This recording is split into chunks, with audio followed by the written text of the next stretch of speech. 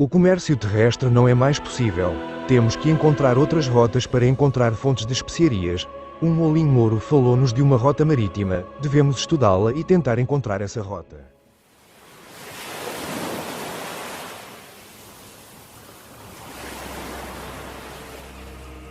Tahun 1453, Imperium Ottoman Turki menaklukkan Konstantinopel.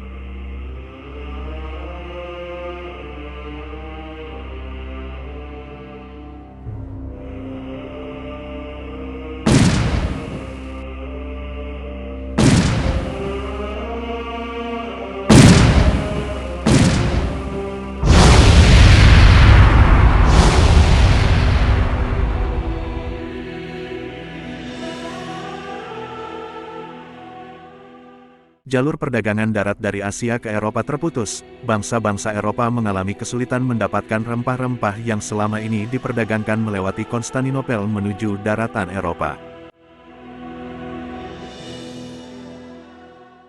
Rempah-rempah adalah bahan yang sangat penting bagi orang-orang Eropa masa itu. Mereka menjadikan rempah-rempah sebagai bahan baku obat, parfum dan yang paling utama adalah bahan pengawet makanan di musim dingin. Saat memasuki musim dingin, orang-orang Eropa menyembelih ternaknya. Daging ternak diawetkan untuk kebutuhan musim dingin, dan rempah-rempah menjadi bahan utama pengawet daging. Kelangkaan rempah-rempah membuat orang-orang Eropa berusaha mencari cara lain untuk mendapatkan rempah-rempah itu dari sumbernya.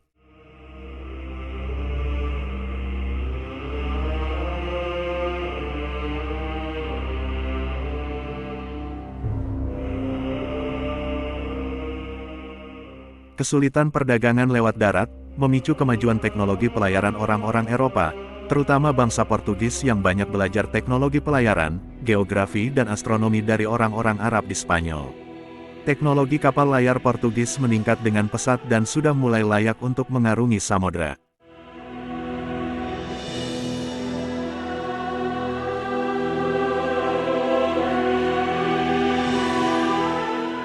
O comércio terrestre não é mais possível. Temos que encontrar outras rotas para encontrar fontes de especiarias.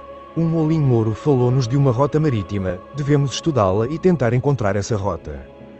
Tahun 1486 Raja Portugal John II menunjuk Bartolomeus Dias untuk mengelilingi pesisir pantai benua Afrika, sebuah usaha menemukan jalur perdagangan baru dan menemukan jalur menuju Asia.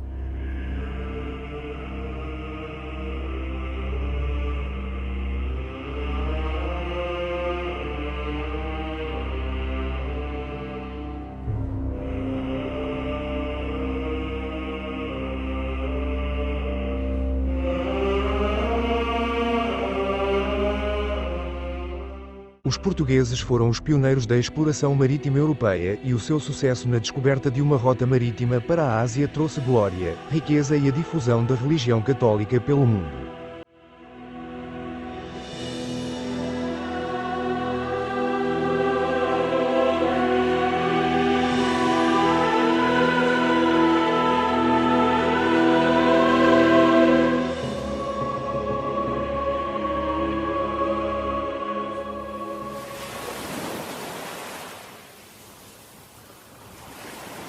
Tanggal 4 Februari tahun 1488, setelah melewati perjalanan yang berat, Bartolomeus Dias akhirnya mencapai ujung selatan benua Afrika. Mereka mencapai Tanjung Badai.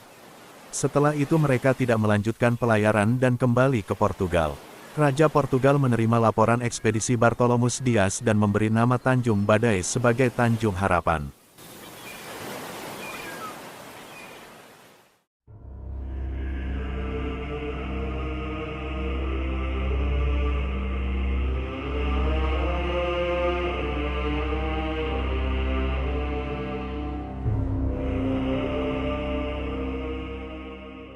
قوة قشتلة الإسبانية موجودة بالفعل أمام حصننا، وقوتنا ليست كافية للدفاع عن هذا الحصن.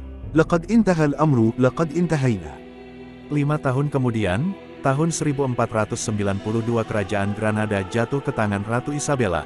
Hal ini mengakhiri peradaban Islam di Spanyol.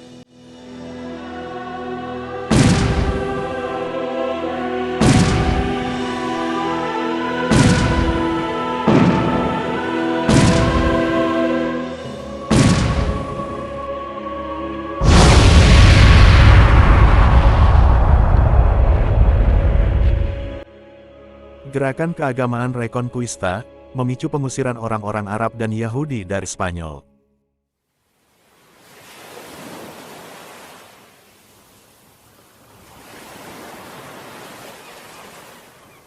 Christopher Columbus mendapatkan mandat dari kerajaan Spanyol pada tahun 1492 untuk memulai ekspedisi pelayaran mencari rempah-rempah Hindia dengan melakukan pelayaran ke barat.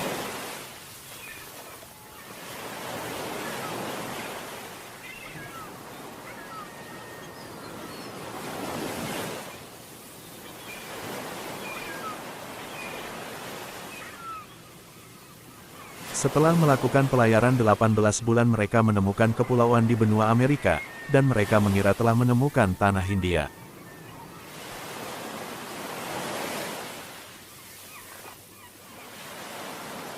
Columbus mengira telah mencapai tanah Hindia, sehingga ia menyebut orang-orang asli Amerika sebagai orang Indian. Tanah tempat Columbus mendarat di benua Amerika kemudian diklaim sebagai wilayah kerajaan Spanyol.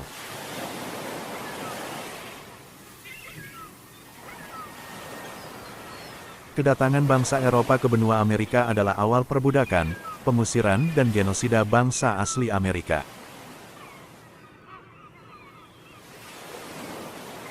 Semangat menyebarkan agama Kristen memenuhi bangsa Spanyol, semboyan kekayaan, gold, kejayaan, glory, dan penyebaran agama Katolik, gospel, menggelora di Spanyol dan Portugis.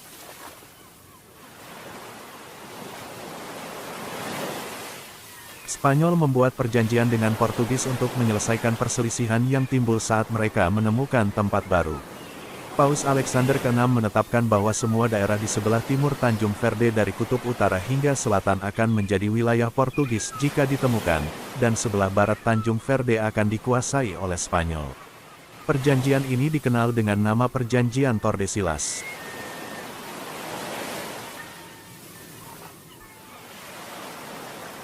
Pelaut Vasco da Gama dari Portugis tahun 1497 telah mencapai India.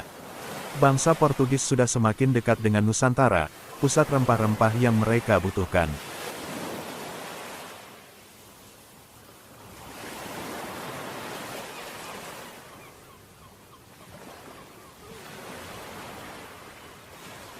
Bangsa Spanyol melanjutkan pelayaran Columbus yang belum menemukan rempah-rempah yang mereka butuhkan. Ferdinand Magellan berangkat pada tanggal 10 Agustus tahun 1519 melanjutkan perjalanan Columbus untuk mencapai tanah rempah-rempah. Magellan menjelajahi pantai timur benua Amerika sampai ujung selatan dan memasuki Samudra Pasifik, dan melanjutkan perjalanan ke barat. Setelah berlayar 3 bulan mereka akhirnya mendarat di Pulau Guam, pada bulan Maret tahun 1521, dan mencapai Filipina pada bulan April tahun 1521. Kepulauan Filipina kemudian diklaim sebagai wilayah kerajaan Spanyol.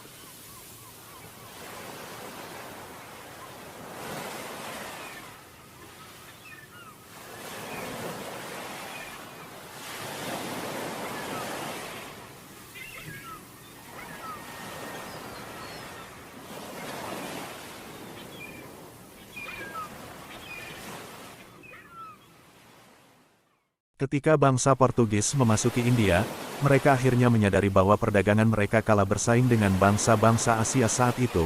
Pedagang-pedagang Muslim dari Arab, India, Nusantara dan China jauh lebih menguasai perdagangan di wilayah itu. Mereka telah berabad-abad menjalani perdagangan melalui laut dari Madagaskar hingga Jepang. Pelayaran saat itu didominasi kapal-kapal dari Nusantara dan China.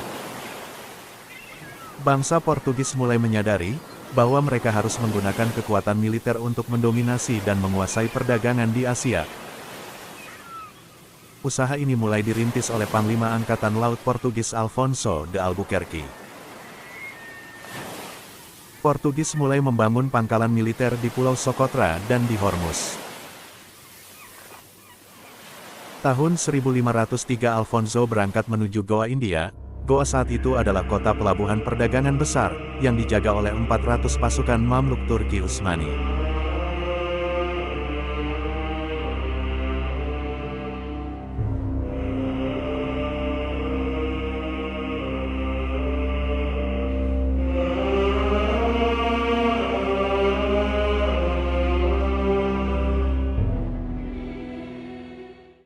Pasukan penjaga Goa gagal mempertahankan diri dari serangan pasukan Portugis di bawah pimpinan Antonio pada bulan Februari 1510.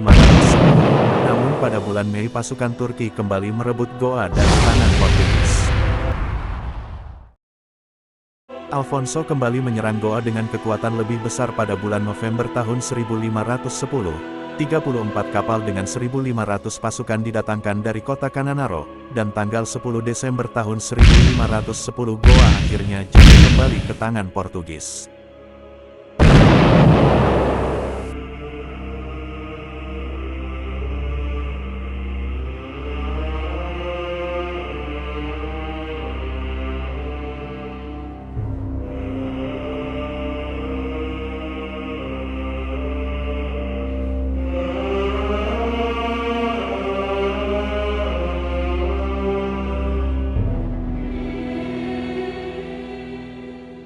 Dari Goa Portugis mendengar berita bahwa di sebelah timur Goa ada sebuah pelabuhan dagang besar bernama Malaka.